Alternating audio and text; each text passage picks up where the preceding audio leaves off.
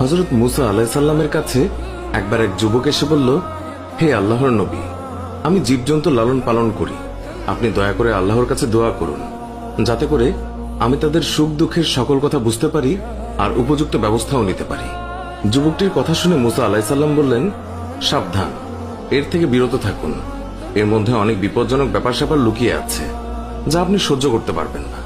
কিন্তু যুবকটি নাছোড়বান্দা, সে বারবার কাকুতি মিনতির সুরে একই আবদার করতে লাগলো। মুসা আলাইহিস সালাম বললেন, এটা মঙ্গলজনক নয়। যুবকটি শেষে বলল, আর বেশি না হয় অন্তত গৃহপালিত মোরগ এবং কুকুরের ভাষা বোঝার ব্যবস্থা করে দিন।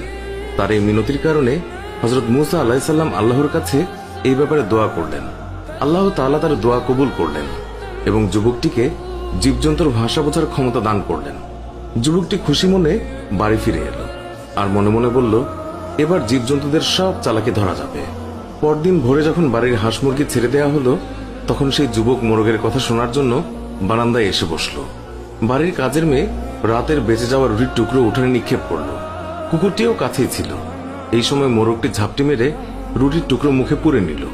কুকুরটি প্রতিবাদের সুরে মোরগকে বলল, রুটির টুকরো আমার ভাগে ছিল, তুই নিয়ে গেলি কেন?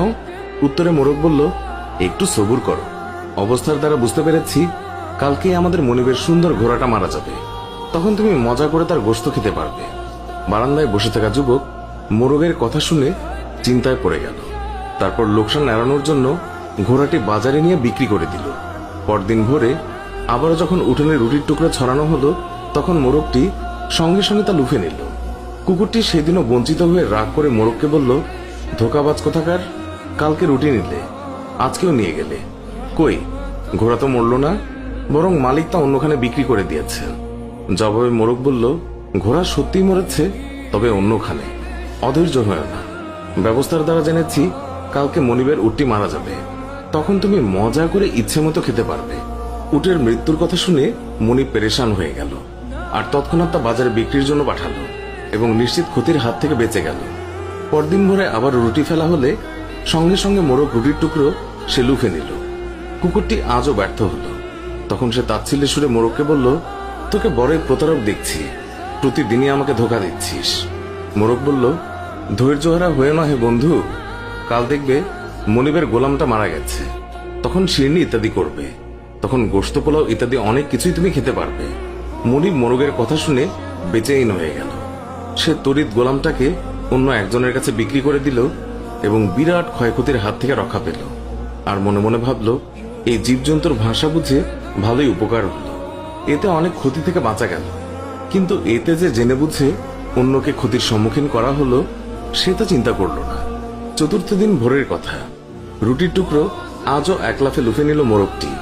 অসহায় কুকুর রাগের চোটে মোরগকে গালাগাল করতে লাগলো।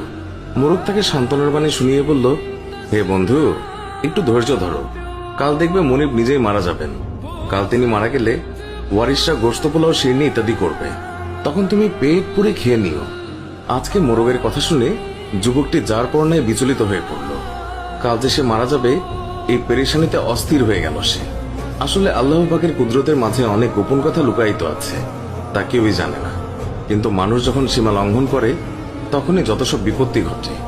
মাল সম্পদের সামান্য ক্ষয়ক্ষতিতে মনিবের জান বেঁচে যেত এবং মুসিবত মালের উপর দিয়ে চলে যেত, কিন্তু মনিব তা মানেননি, তাই বিপদ তার নিজের উপরে চলে এসেছে।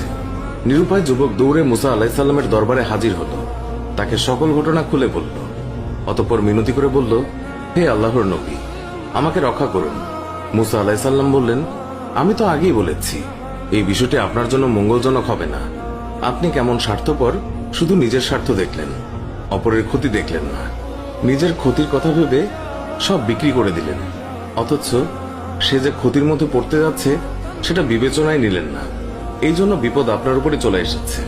এখন নিজেকে অন্য কারো কাছে বিক্রি করে দিন, তাতেই তো ভালো, এতে অনেক অর্থকরী এবং ধন সম্পদ লাভ হবে।